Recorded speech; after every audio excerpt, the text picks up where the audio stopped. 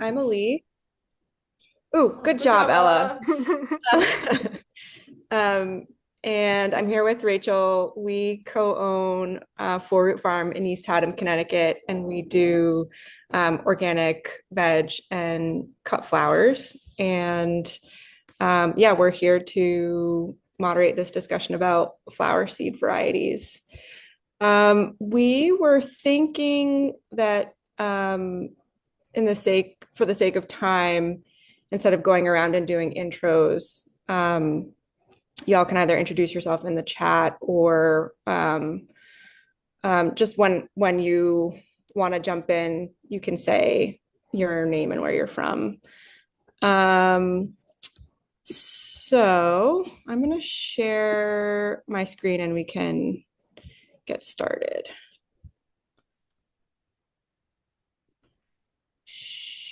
Is that I don't know. It it? never worked for me, so I believe in you. I think yes. Try that. Let's try this. Screens, share.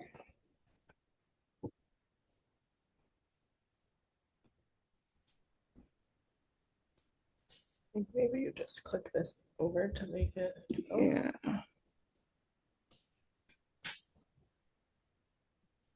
Oh no. no. But Elise, have you been made the you know, The host, yeah, she's not the oh, host, but it yeah. shouldn't matter. I mean, do you have the like green share button?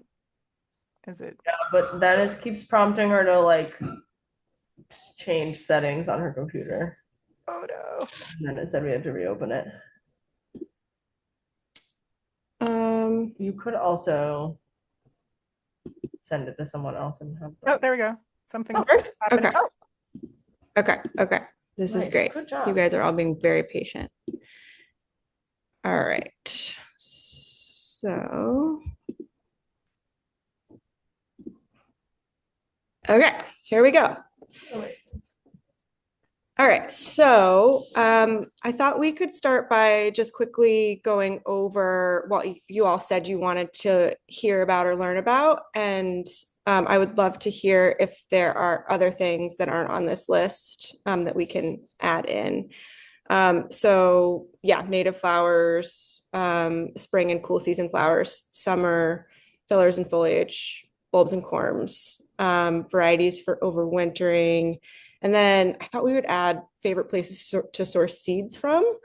Um, and one other thing I wanted to throw out there, I know that there are some cool varieties that Florette has been working on breeding, and that her her kind of mission for creating new breeds is to like put them out in the world and then maybe stop offering those varieties every year. I don't think she wants to be like a seed grower as much as a breeder. And so I thought it would be fun to talk with y'all about whether there's some way that we can collaborate to share seeds, those kinds of seeds, so that we all don't have to figure out all like for all of them how we save all those varieties. Okay, anything anyone would like to add? Well, you've also already added like a mom's late season thing. Oh yeah, mums is not on here as well.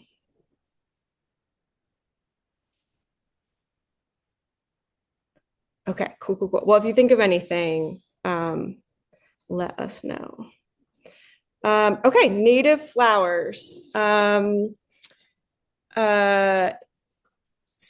so I'm not sure who wanted to talk about this, but definitely chime in if there were specific things you wanted to hear about, or if you want to share your experience about what you've done so far.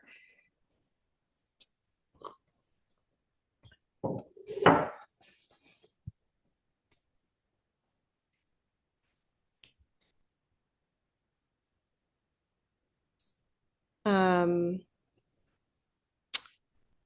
it's always anybody? possible. Sorry, it's always possible that someone who asked for this couldn't be here. Yeah. So yeah, maybe Okay, maybe maybe we'll skip ahead and we can always come back to it. Okay, cool season flowers. anyone want to share what they've been doing for any of these, what's been working or not working, varieties they're loving or hating?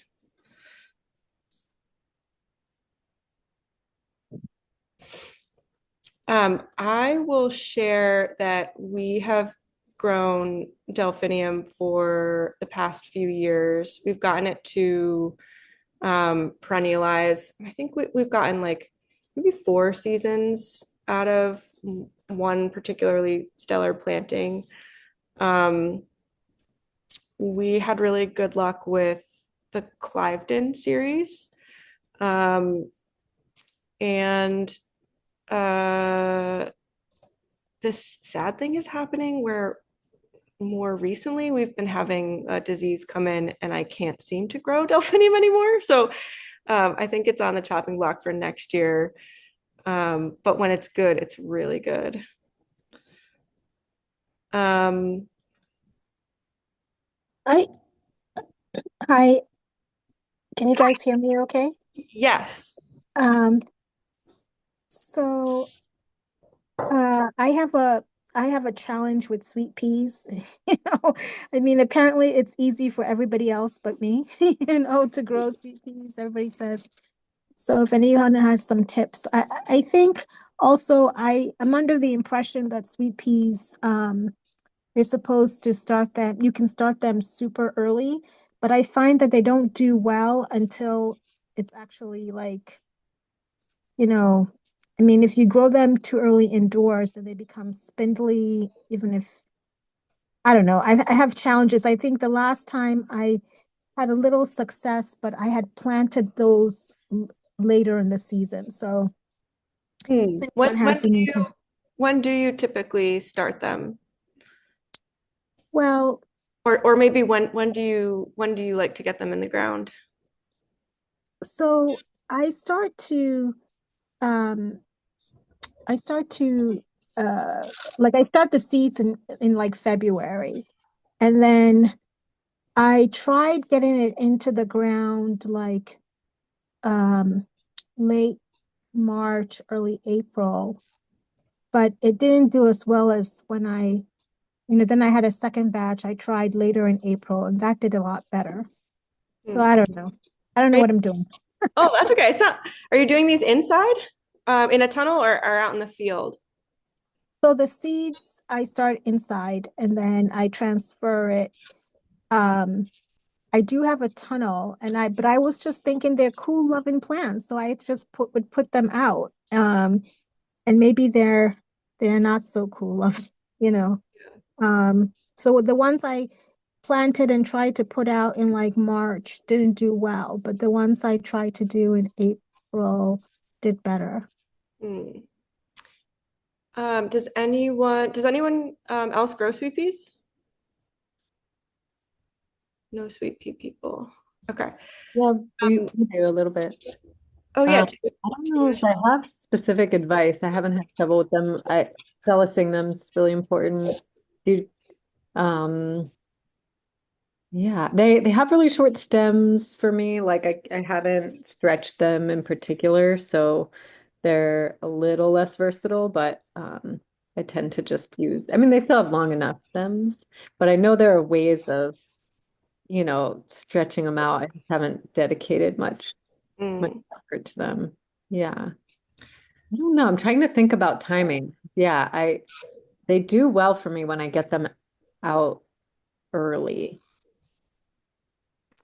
I we don't do sweet peas, or we dabbled in it a while ago, but I'm not super up on my sweet peas. But I do know a grower who has had good luck um, overwintering them in a tunnel. If you do have the tunnel space, Yeah. I think she puts them in December actually. So Oh, she okay. she starts the plants indoors and then she transplants them um, in December. I'm imagining she's covering with Remay, um, and then in the spring, like setting up the trellis after. Um, and I think she usually has blooms like a little after Mother's Day. And I've heard too, you can probably get them in even sooner than December. I think it's one of those things where, you know, like as things get cooler outside, you start to, yeah, it's harder to stick with your seating schedule. Trying to think of, Thank you. yeah, yeah. Um, anyone want to talk about any of these other flowers up here? I would be curious if anybody in this group has had good experiences with snapdragons. We just dipped a toe into the snapdragon growing this year and learned really quickly that we were growing a variety that probably wanted to be planted a lot more densely than we did. There was a lot of leaning, a lot of bowing, and yeah, and I'm kind of curious about. I'm sure that the variety influences like how you might go about approaching density or trellising, if that's something that people do. But I was kind of curious about the snapdragons, despite our novice mistakes were really like heroic and kind of produced and are oddly like still producing despite hard frosts. But I'm curious if anybody has had some good success in those strategies for snapdragons. That's a really good question, Jeremy. If there are if folks are noticing that there are some varieties that don't need trellising as much as other varieties. But you trellis all of your snapdragons, Yeah, right? we do net all of our plantings. I haven't really found I haven't found a variety that doesn't get wonky if it's not supported. Um, and we've done both pinching, and then we've planted really densely, and not pinched to just have that one really big stem, and then there'll be side shoots after. But I think, yeah, in both cases, the netting feels like the best way to like make sure we're getting most of what's there. How tall are they when you put the netting on? Usually they're like, yeah, maybe like a foot. You can do it even earlier, but we have a lot of weeds, and so it's nice to give ourselves a little bit more wiggle room to like get in there with hose and stuff. Neat. Yeah, Okay. That's super helpful. yeah. Is Yeah. anyone else Snapdragons is a there are so many different varieties, and they're in different groups, like some like short days and some like to grow mid-season and long days. So I'm curious if anyone wants to share any experiences they've had with that.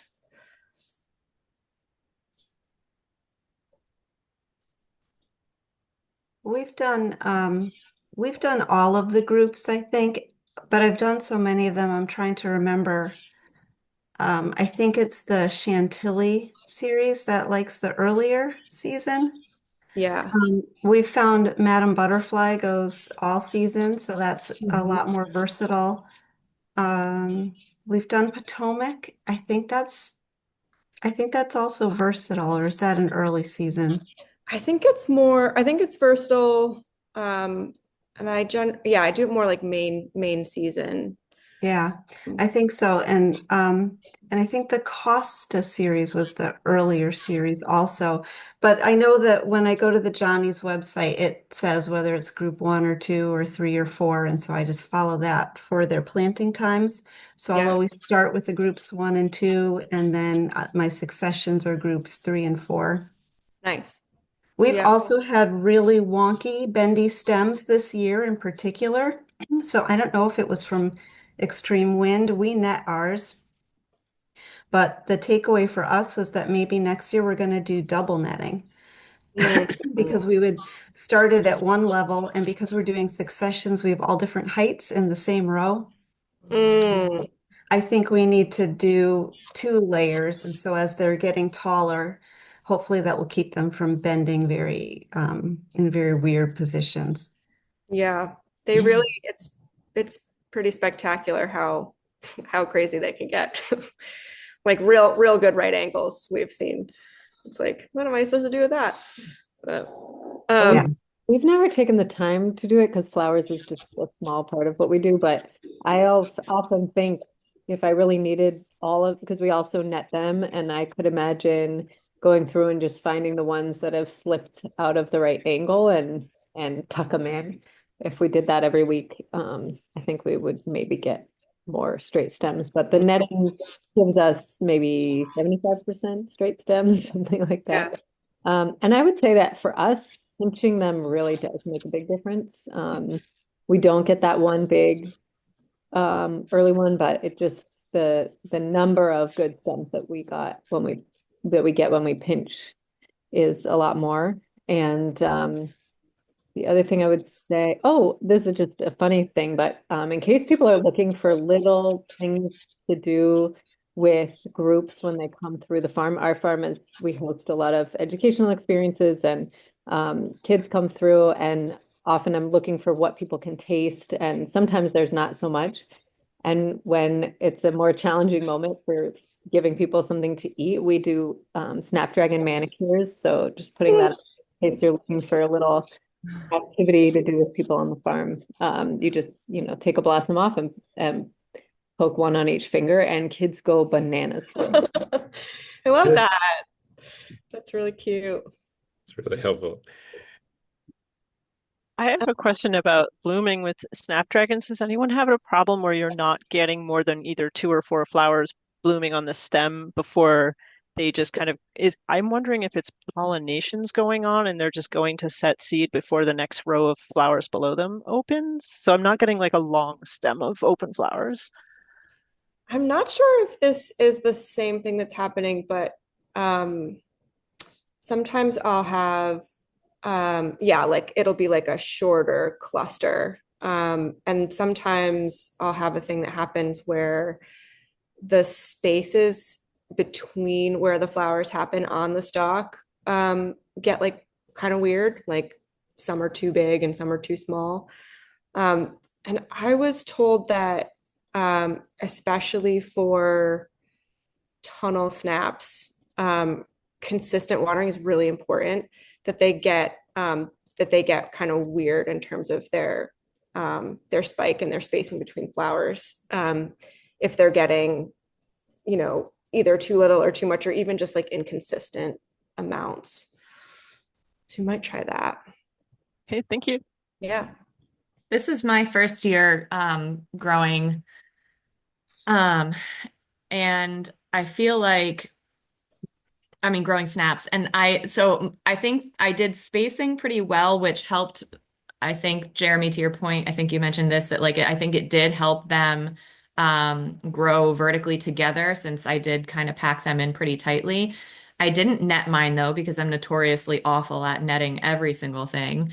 And I felt like I got a really good first harvest at where they could support themselves and they did really well. And I was like, oh, look, see, they're totally happy and they don't need to be supported. And then as the season got in later, that's when I was like, oh my God, they're out of control and taking over everywhere and spilling into the pathways. So I'll definitely be doing that. And then I also realized that I was harvesting them too late because since they bloom from the bottom, Felicia, I don't know if this is what you're talking about. Since they bloom from the bottom up on the stalk, you really want to harvest, I think, when you have the blooms at the base. And then, I don't know. I feel like some that I was harvesting are not ever fully in bloom, but that way, yeah, I think if you're harvesting when the top part of the flower is in full bloom, you've already missed all of those bottom blooms opening. That's true. Yeah. I usually shoot for like, 3 to 5 like open blooms on the bottom, and then I'll cut it. And I think too, like you have a little bit more wiggle room depending on your outlet. If you're selling wholesale, you can harvest them a little tighter, and if retail, like a little more open. But yeah, that's a good point. I Um, think it takes I Oh, think that's true of almost any spike flower, if I'm correct. Like you really want to harvest it when you only have about 1/3 of the blooms on the bottom open. As it continues to move up the stem, it's approaching too late for harvest. Yeah. so I Um, found just quickly, when Felicia mentioned there's not that many flowers on the spikes. I feel like that's towards the end of the season that I see that more so. And I thought that that's kind of what snaps do, but maybe sometimes you see it earlier on in the season. Um, Also, I wonder if there's like a way. So we do snaps indoors and outdoors. So the indoor ones we cut back initially so they branch out. I would say like the second round of blooms are like, a little bit thinner. So I just wonder if there's like a way to cut them so that you have thicker stems in the second and third rounds, or is it something I'm yeah. Where you cut is really important. So yeah. cutting as deeply as possible. So you're just leaving one node at the bottom, and then you'll get two stems There's after. one node after like where it's attached to the main stem, kind of Like like that. just one node closest to the ground, like the first node closest to the ground, cut above that. When Elise pinches her snapdragons, like it really looks like they like Oh every no, time no. Oh yeah, no, the pinching, I they're feel like together. that's what I do. But I just wonder it's when I'm first harvesting like the first round of flowers, it doesn't matter where I cut to Yes. influence. So in that case, you have a lot branching out from the main stem. Where do you cut along that? Deep. Like As what?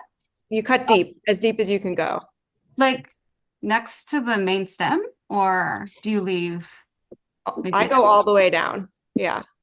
So Okay, so you're cutting it right.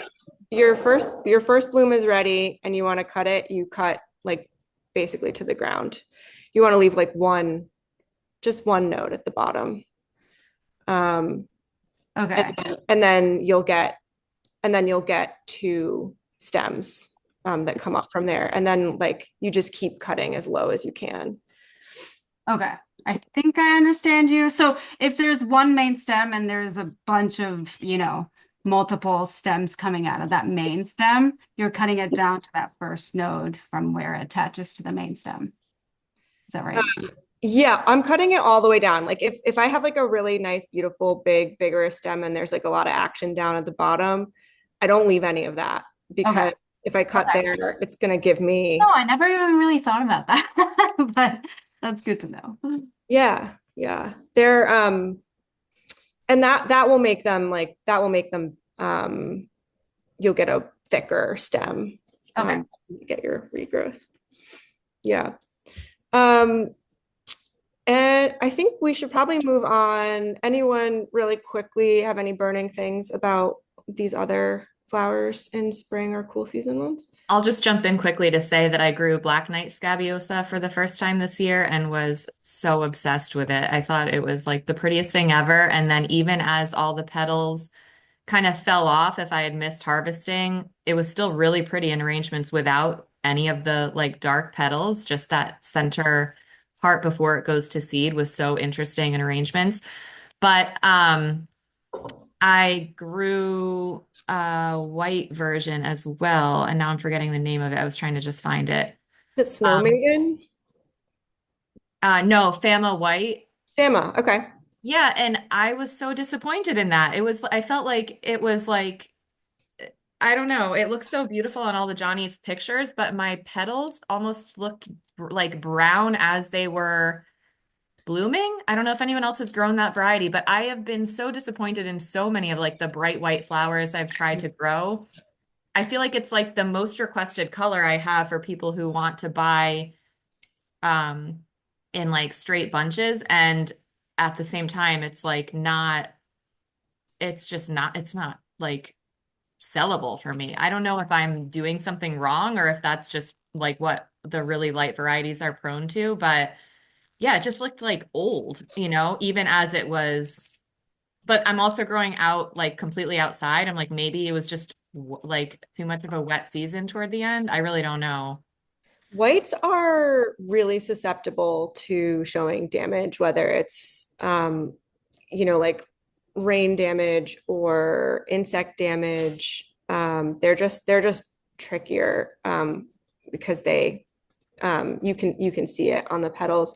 One thing about Famas versus the Black Knights, they're different types of scabiosa. One of them is perennial, and it does, from what I've heard, in its first year, it doesn't throw a lot of blooms, but in the following years, it like will throw more and more. Yeah, I think that's exactly what I found because I had them right next to each other. Black Knight took off like crazy, and then the Fama was really late to bloom. But and I that's what I'm wondering. Like it's like it's still blooming now. It's trying to. And so I'm wondering if maybe it's just that it wasn't blooming in the heat of the summer and the petals were staying wet, I mean, like they were blooming after the drought and it was kind of, I don't know. So interesting. I guess I, we'll see I how it is think, next year. yeah, I think you'll probably get more out of it next year. Because I think I've had that experience with Fama too. Like they're just they're sending all their energy into getting established, and so Yeah. you're not seeing a ton of flowers. Okay. Thank Yeah, you. yeah. All right. Okay, summer flowers. Holler where you want to start.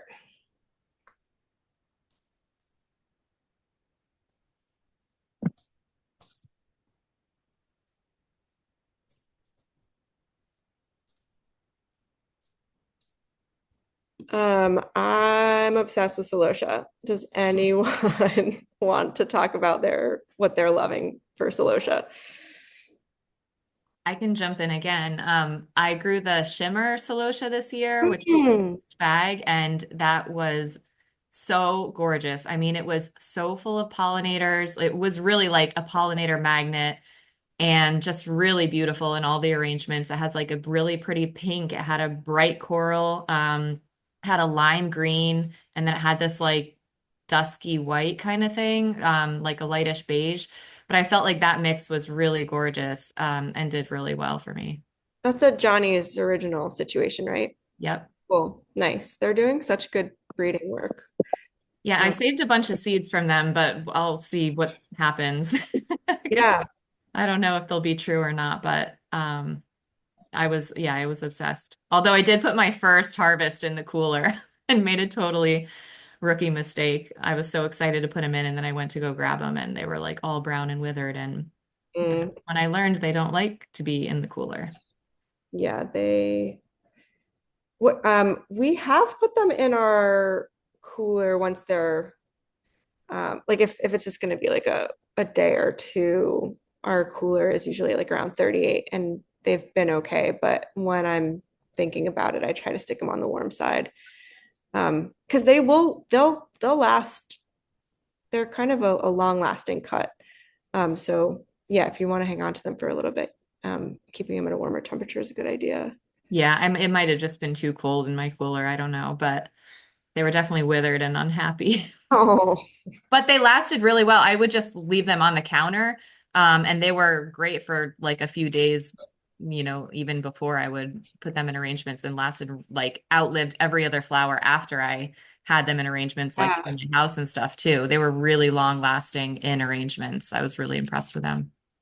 If I could only grow one flower, I think it would be Celosia.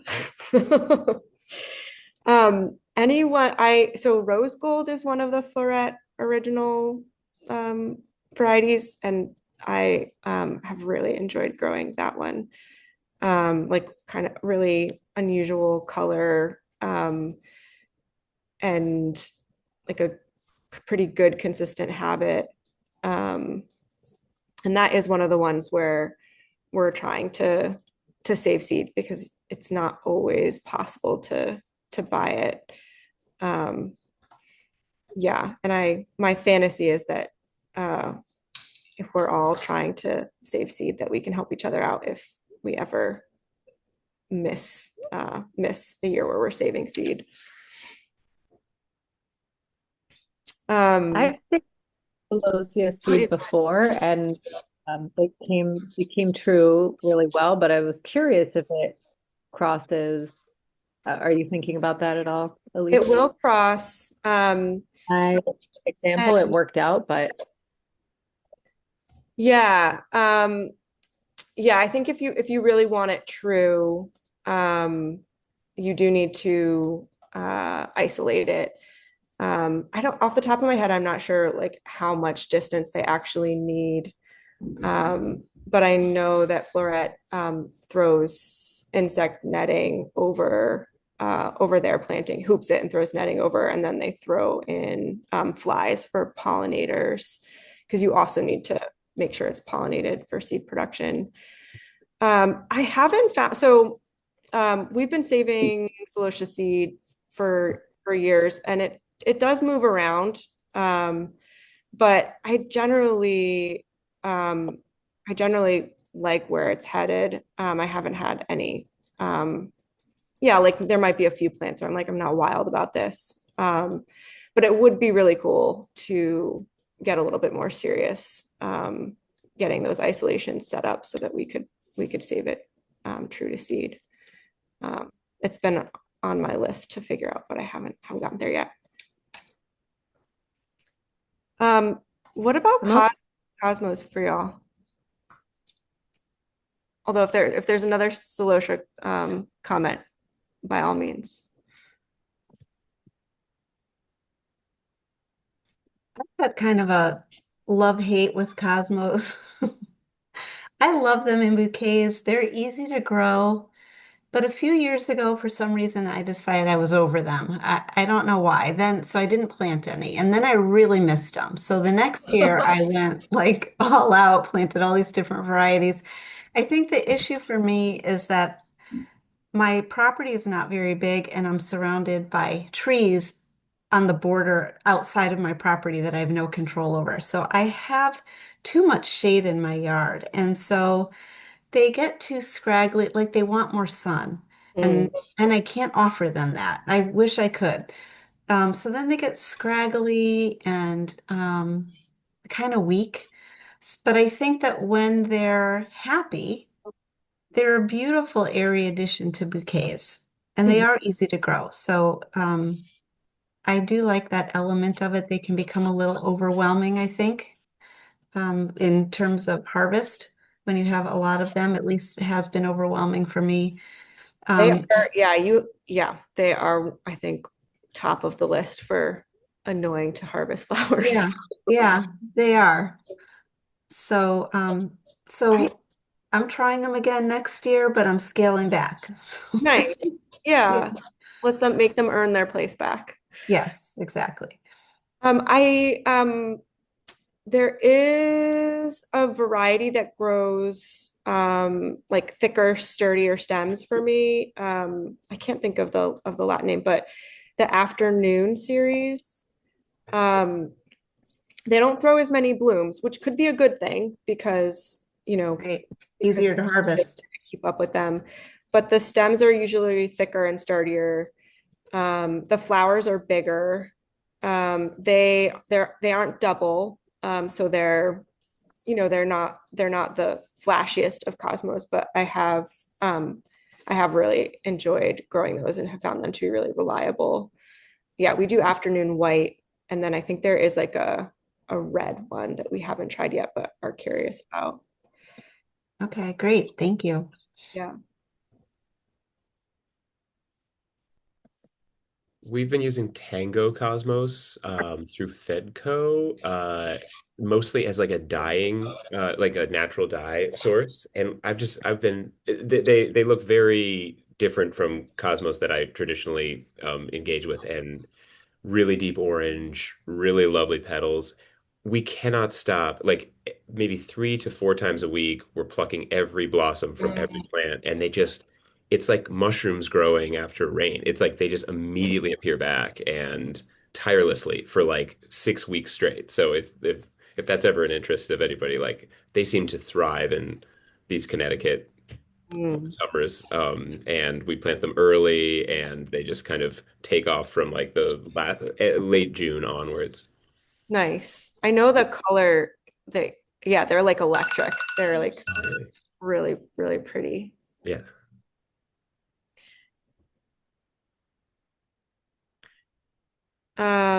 Anyone want to talk about any of these other variety or any of these other types of flowers? Johnny's bred a new type of gomphrena that I'm curious about trying. It's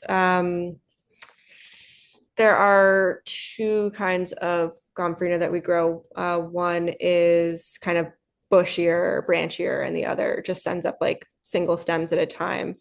And this one sort of like has the like a color that normally comes from the other habit. It looks really good. You guys should check it out. I can't think of it. I'll find out. I think is it sequin? Yes. Yeah. I wanted to try that also, but I had already placed my seed order when it came out, and I had gotten a lot of Gomphrena already, and I thought, ah, I really want to try this, but I don't want to buy this one packet and pay for shipping. And I already have so much. So I'd love to see it if you plant it so I can, yeah, take a look at it. I commend your self-restraint. It's not easy. It's not. It's really not. Well, the other thing that I've been dying to get my hands on at Johnny's is the double frappe snapdragons. I'm jumping back to that for a minute. I don't know if anyone tried that. I grew that last year and I loved it, but they only had the 500 seed count variety in stock, and it was just too much. And I thought I kept waiting and waiting, and I thought if they get the others in stock, I'll buy that with the sequin gomphrena. I felt like I had to have more than just one seed pack in my order. Yeah. There is a new Johnny's rep for our region, and we met him, and he's lovely. And yeah, I think you could even email him, Janet, and just be like, hey, notice that these, you have the higher seed counts in stock, but will you ever have the lower ones? And he seems very like accommodating and interested Okay, great. in getting to know us. Yeah. All right, I'll do that. His name is Ron DeGravio, and I'm putting his info in the chat. Perfect. Thank you. But agree, Janet. I grew the double fraps and I loved them. They were really consistent and vigorous. And I put them in. They're a cool like first group flower. I put them in super early, and they're still blooming in my high tunnel. Kind of chilled out a little bit in the summer, and then they've gotten really productive these past like 2 months. Wait, sorry, can you say that again? You grew the double fraps, and they were really great, and they're still going down. They took a break in the summer. Yeah, exactly. Yeah. Okay, got his contact info. Thank you for that. Yeah. Okay, shall we move on? Oh, I had a question about Craspedia. Oh yeah. I was in the email registration thing. I've just not had luck. I know I haven't seen more than like just straight species. I don't know if there are varieties, but I didn't know if I was overwatering, underwatering. I've just had after transplant just like very, very weak, unprolific, like not vigorous plants. And I don't know if anyone's got any tips. Any Craspedia tips out there? I have heard that it is maybe harder to grow in this area, and that it is like in the best of times not super productive. But we haven't tried to grow it, so unfortunately I don't have any growing tips. Okay, that's still helpful because that was another question I was thinking was like some stuff is just not the best for here. Yeah. Thanks.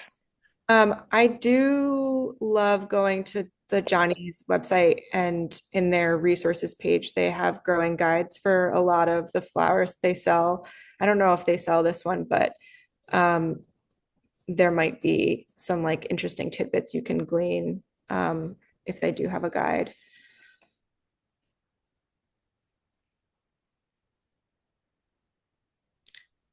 All right. Fillers and foliages. Um, we've grown all of these things at various times. Yeah, anyone want to talk about anything in particular with these ones?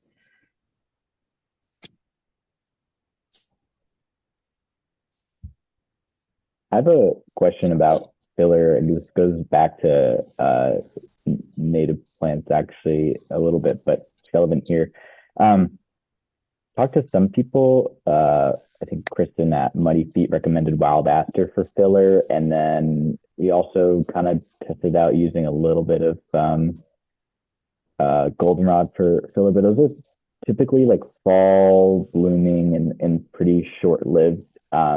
We didn't do it at scale. I'm curious if anyone has had any like success at maybe larger scale at using natives for filler at all, and kind of what varieties work well or have not worked that you disappointed you. Yeah, Yeah. that's a good question.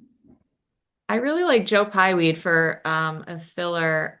I'm not sure if the variety I'm growing is native though, but it's a I'll have to look up the name of it. It's has a really dark foliage and a white flower, but I use the foliage in arrangements before it even flowers. I find that once it flowers, the foliage kind of like gets a little less vibrant and it like loses the dark purplish quality and starts becoming kind of like mottled green. But I'll look up the variety I'm talking about and pop it in the chat.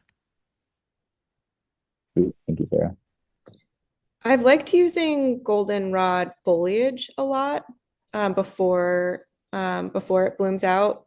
Um, it kind of has like a sun-kissed um, look to it that's nice, and I think it's pretty long lasting. Um, I don't know a ton about native asters, um, or even how long you can expect like blooms to last on them. Have you used any of those before, Petros?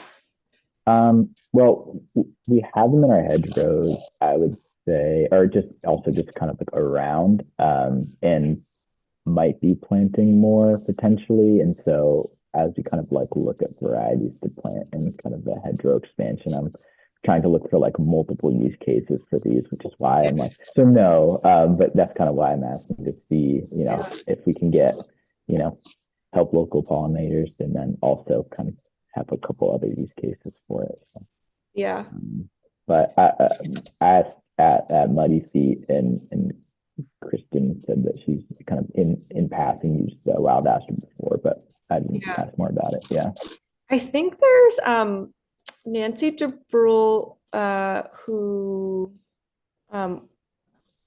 owned, I'm not sure if I think she maybe sold it, but Nature Works is a garden center in Northford, I think. And they have like a ton of different native aster varieties, and their education is really good. So they might even be a good resource about like, you know, how long they last or like how good they make for cuts. Yeah. Great. Thank you. I'm going to put a plug in for Bupleurum for a spring, kind of early summer foliage. It can be a little tricky to start from seed, but we have figured out that it needs darkness. So unlike a lot of flower seed, you don't want to leave it uncovered. And then we stick ours under the benches in the greenhouse because they prefer, in addition to the extra darkness there, they prefer germinating at a cooler temperature. And then we do like 3 or 4 successions every 2 weeks, as early as we can start outside. And it's like really prolific and yeah, just easy to use. I do find that so it can in terms of stage of harvest, it can wilt a little bit if it's immature. So I generally let it maybe get a little bit over mature and have found that it still works great in that capacity. So like the yellow centers, you want to see pollen. And you can even use it when you're starting to see like seed starting. Anyone else have fillers they're really into for any time of year? I do really like using Cosmos as filler. And sometimes that helps keep the plants cut back. And another one that's kind of from tomatillo vines and like most of the tomatillo production, we sell it, but sometimes we'll put just a little bit of them somewhere to cut for foliage, and then it's kind of like these little. There was one variety that I grew one year, and I can't remember what it was, but it really made its little lanterns all the way to the tips of the young growth, and then that. Yeah. That sounds really cool. If you do manage to dig up the variety, maybe you can email us. It sounds really cool. I have a lot Toma of Verde.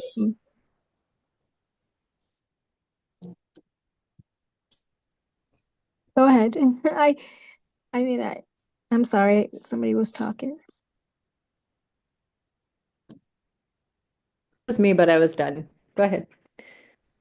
Oh, I was just going to say that I've had a lot of luck with yarrow. It's like one of my favorite flowers to put as fillers. And they grow really well in my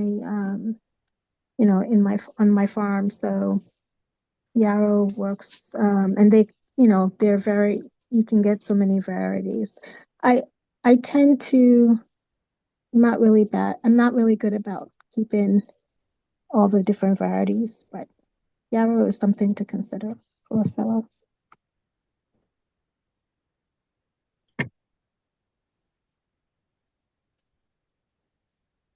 I put in the chat, I don't know if I can't pronounce this, so I'm going to sound silly, but Cynoglossom, has Mm-hmm. anyone grown that?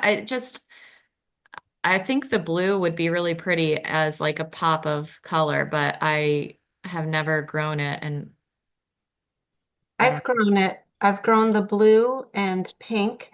There's also a really unusual smoky purple variety called Ms. Maryland, which is harder to find, but a beautiful color. It's a lot like that smoky lavender larkspur, smoky eyes in coloring.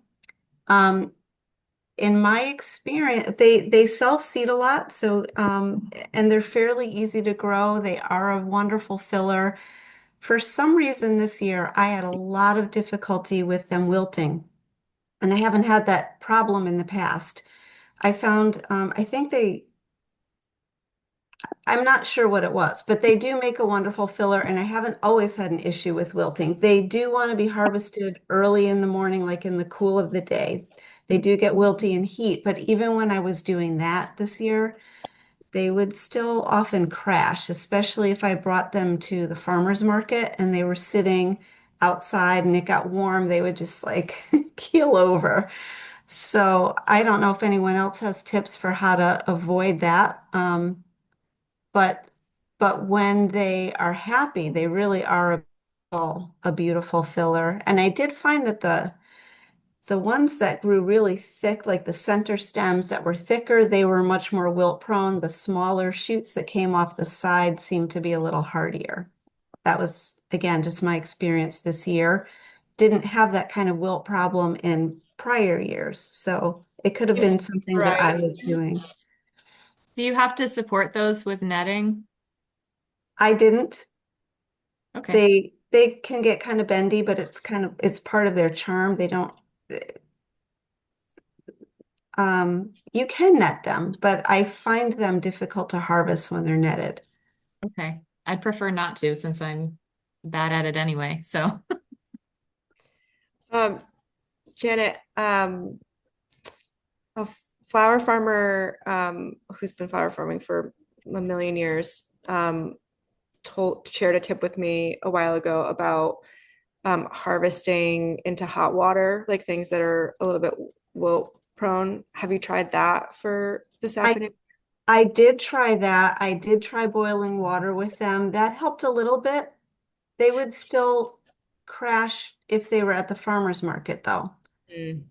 So, yeah, I don't know. Has anyone else had success with them?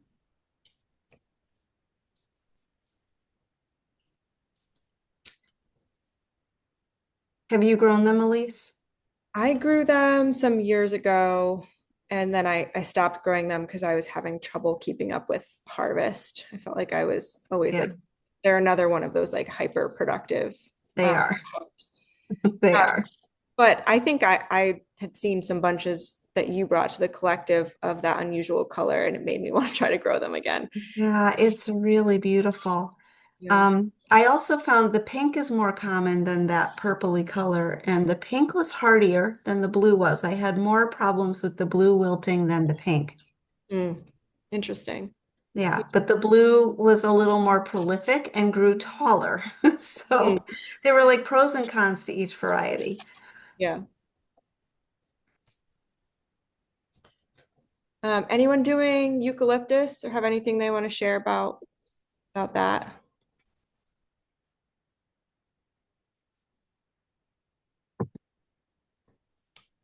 Okay. All right, well, we can move on.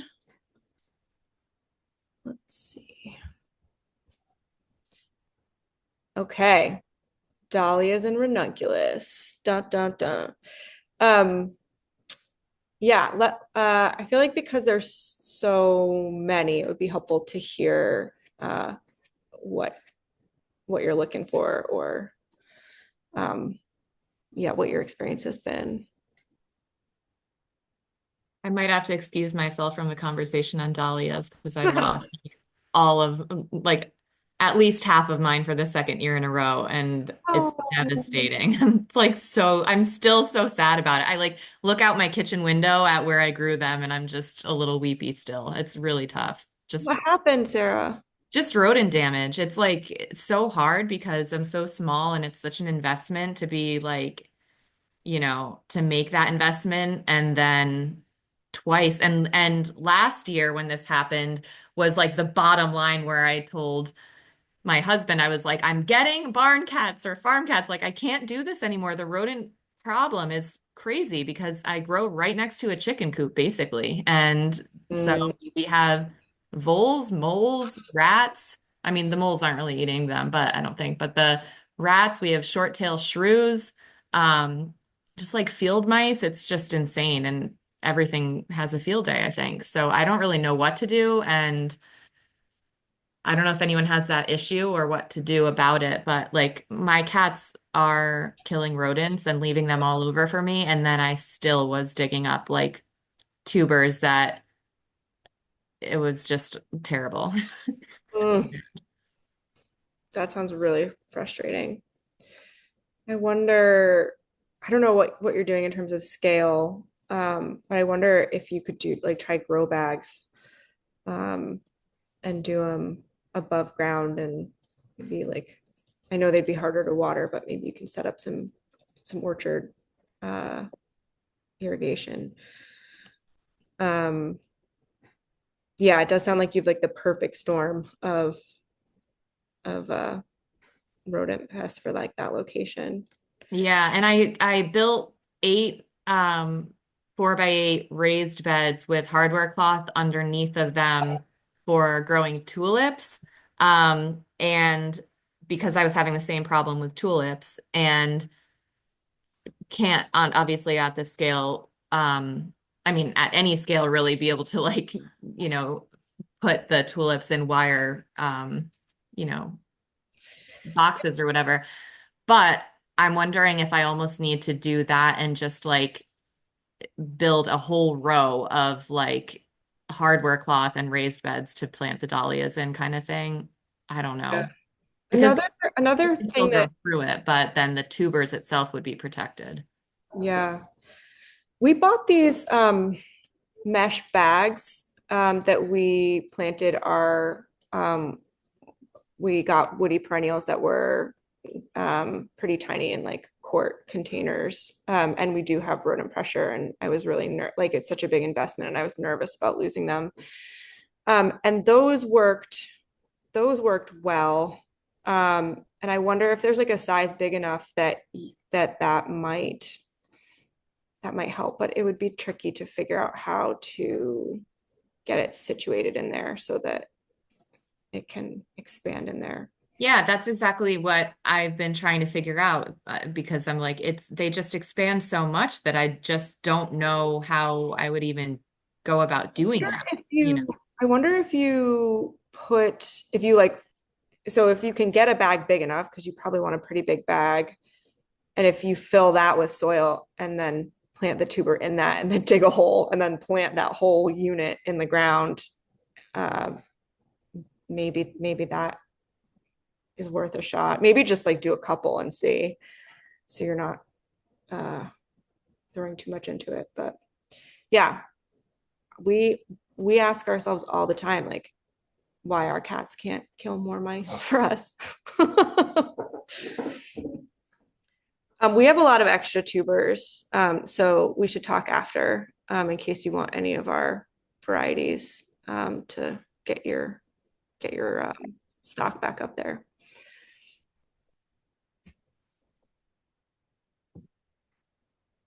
I do love Wizard of Oz, though. That's one of my favorites to grow. I just find it really prolific. It's not like a showstopper variety, but I think just being like a really pretty, sorry, just like a really pretty soft pink, and it looks so beautiful in arrangements. So that's one of my favorites for sure.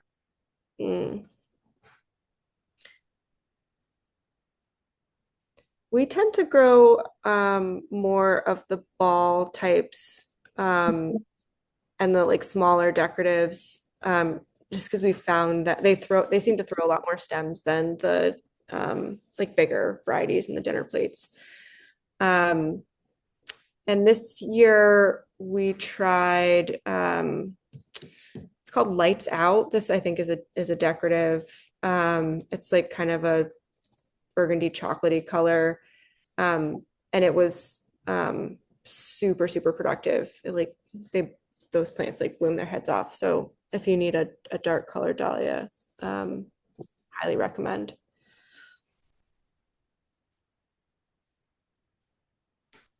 I'm curious if anyone has any white ball dahlias they like. This year we were growing, and it additionally, if anyone has had a particular variety that was short, like just short stems for them, if they've kind of replanted and had better luck in progressive years, or if they've just kind of abandoned that, because we had some issues with that with our it was blizzard dahlias this year. Yeah, it was Blizzard you were growing. Okay. Blizzard is our go-to white, and we've found that they are really productive and tall. So I wonder if there was, yeah, maybe it was like an issue with your stock or, Yeah. Okay. There were a couple of plants, Petros, that did okay. So we dug You're up right. ours. So hopefully next year they'll do better. Yeah, anyone have other whites that they really like?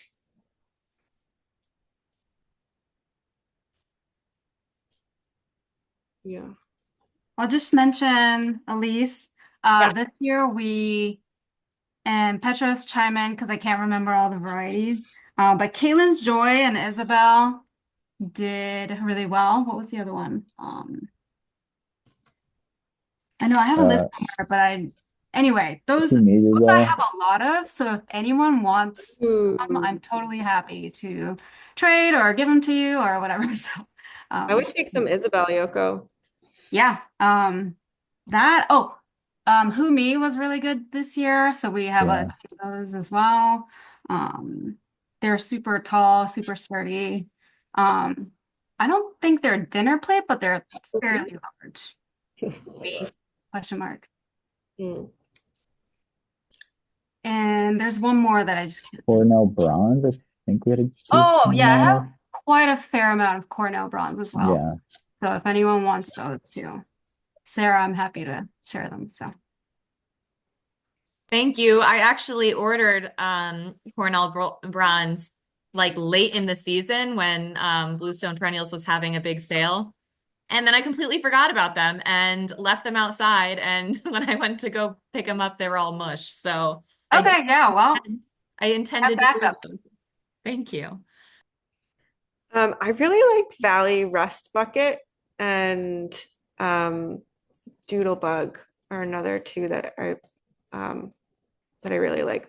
Valley Rust Bucket is kind of like a burnt orange, and Doodlebug is kind of uh, got some like red and kind of smoky purple undertones.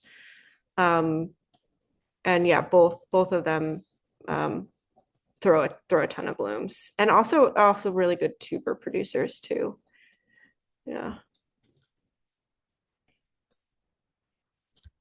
Um, yeah, what are folks doing for ranunculus? Anyone want to share what they got going on?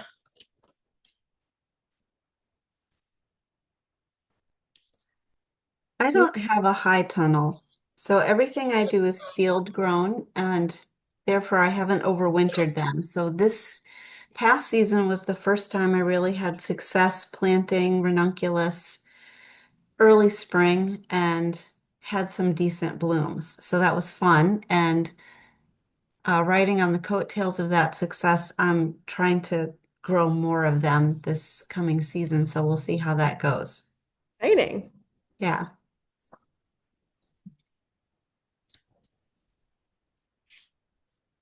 Um, okay, well we can keep going. Um, yeah, there was a question about mums. Um, we do we do some heirloom mums that are not as hardy. So we do have them in a tunnel um, so that they overwinter. They bloom kind of late, like November.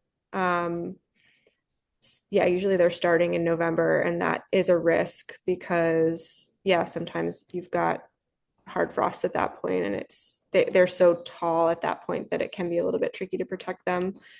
Um, but yeah, it's felt worth it the past few years. And then I know there are also varieties that are hardier that can survive outside and they bloom a little earlier. And we're really curious about those and would love to put some of those in case anyone wants to share what they're liking. Elise, after our conversation at your farm, that's one of my things that I really want to do. I don't take great harvest notes of when things are blooming, but I take a lot of pictures. And so in my downtime, I want to go back through my pictures and see like when they were in their bloom time. But I probably grew, so this is my second year of them blooming. And I probably have like 10 varieties maybe of like heirloom mums. And the first year they were a little like first year blooming were a little bit like not super impressive. And this year it was just like I was so flush with them. And it was toward the end of the season when everything else wasn't doing super great. And I felt like I just had no way of moving them. Like they just sat here and I had them all over my house and then they just rotted. And so it's kind of like if I had a better way of selling them, I'd love to do more because they're so easy and I really like them. But I don't know. I don't know what to do about that. But my favorite varieties are Homecoming, and cheerleader, which are just like really beautiful. They just have like a really beautiful color. They're I think they're both considered like the football mums. Mm. Um, and then um Coral Cavalier is another one of my favorites. Just that really pretty, kind of hard to describe, like coppery, pinky, just really a solid, I think, color for arrangements and stuff like that. Nice. Those sound great. And confetti is another one. The petals on confetti look a little funny because they're not quite like the quill variety, but they are a little bit it almost looks like something has been nibbling on the edges of them, like they're kind of pointy, but Mm. that's really, really pretty pink color. Mm. So I have, yeah, I mean, I definitely can do cuttings for whoever wants them. I can do a lot of cuttings in the spring. Wow, that sounds wonderful. And likewise, I can share some of my heirloom varieties if anyone's interested. We do, we have a high tunnel where we do some marigolds, both the like smaller, branchier types and your more traditional marigolds. And yeah, if some years a frost gets them too soon, and other years they are around when the mums are around, and it's really easy to make bouquet. Like if you have like eucalyptus or something else, it's like really easy to slap together bouquets because the marigolds are kind of chunky and the mums are kind of chunky. Um, anyone else have any other like kind of late season flowers they enjoy growing?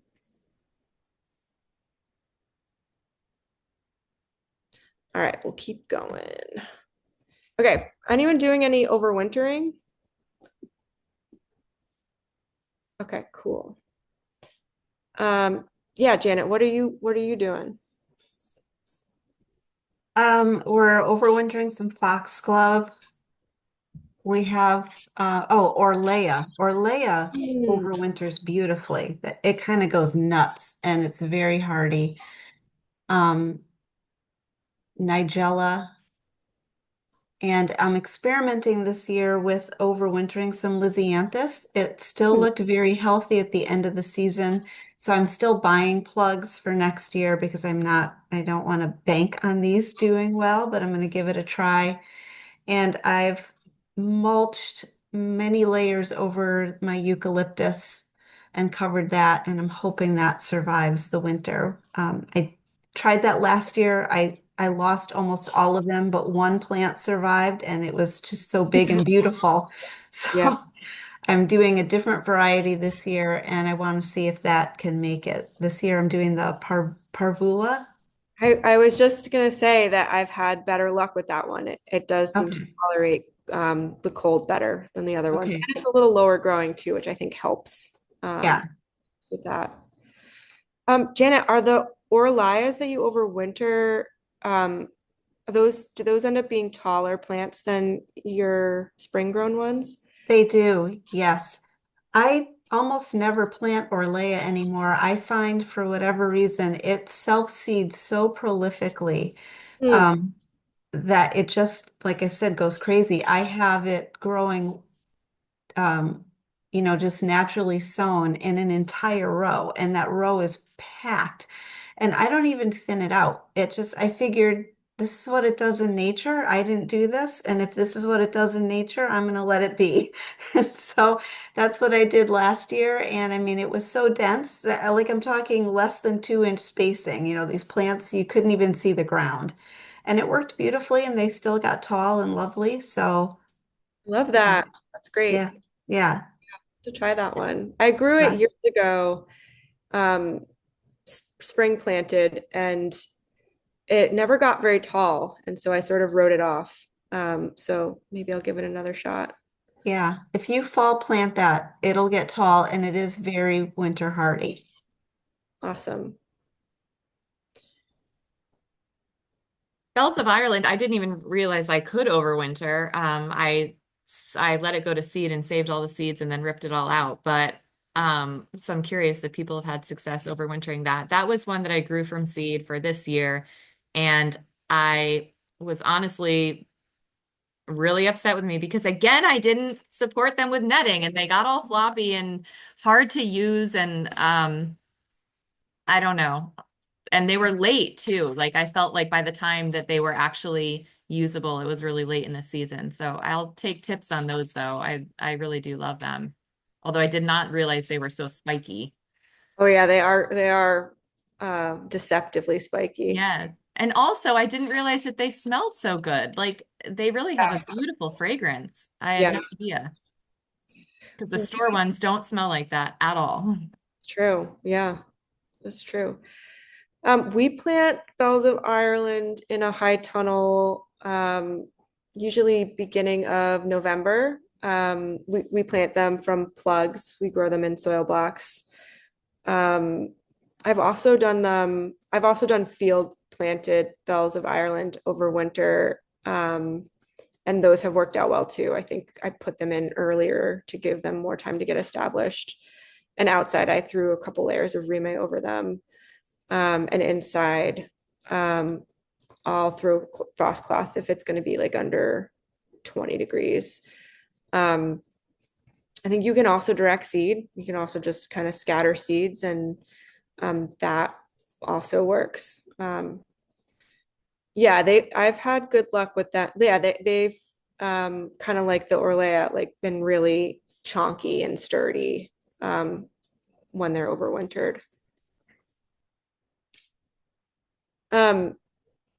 Scabiosa is great overwintered for y'all who like scabiosa. It is, I don't know if any of you are familiar with the scoop scabiosa. They're like a special variety that you can only get from plugs. And their claim to fame is how like sturdy their stems are and how like big their blooms are. And they also come in really cool colors. And we are certified organic and we can't plant plugs unless they're certified organic. So we've never been able to grow those. But I feel like our overwintered scabiosa rival scoops in terms of sturdiness and bloom size because they just love the cold so much. So yeah, we put those in again in November and we give them a foot because they're so dang big. In the regular season, we plant them at 6 inches, and that helps them support each other better. But yeah, for the overwintered, we plant them at a foot. And yeah, I've tried black, the light blues, the red, like all of the colors have overwintered beautifully.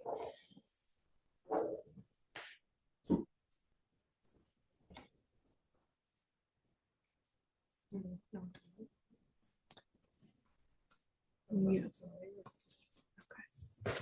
All right, let's keep going.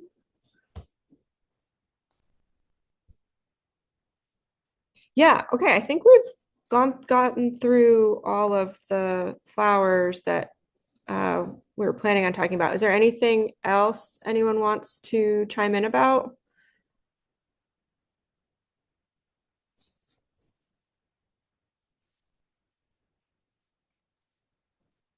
All right, cool. Yeah, this was really great. I've there are a few things that I learned about that I'm excited to try.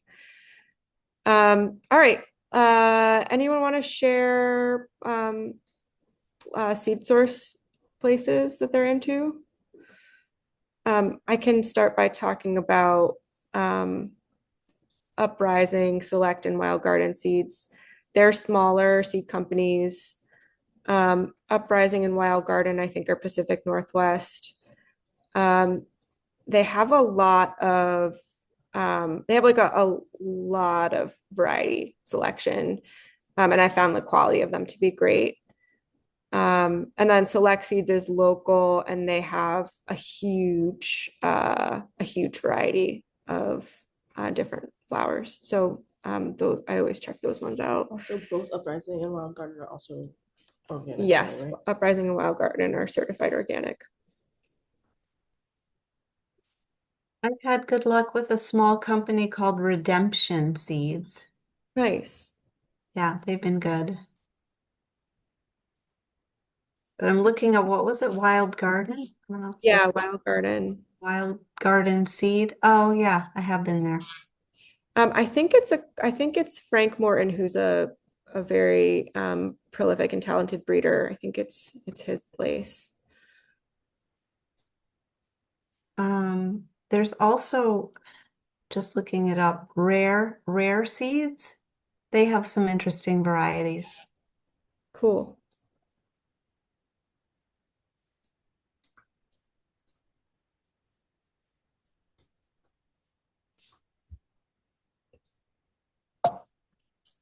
All right. I think we did it. Anyone else I was have? just gonna say I'm trying to find it, but I ordered from, I used to have an Etsy shop and I love supporting Etsy sellers, and I ordered a pretty large order from of seeds from one Etsy shop, and I mean, it was awful. It was Oh really a no. bad order, and they were like a month and a half late shipping, but I'm trying to find that.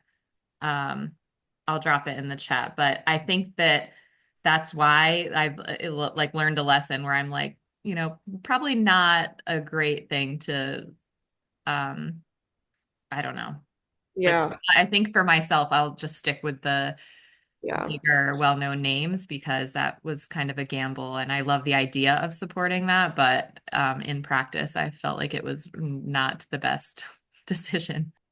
Yeah.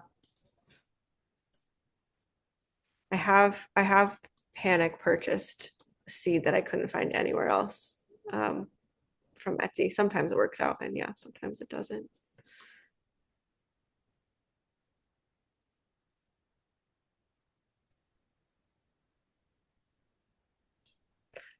All right, so it looks like we'll wrap this up. Um, yeah, Rachel took copious notes, and so yeah.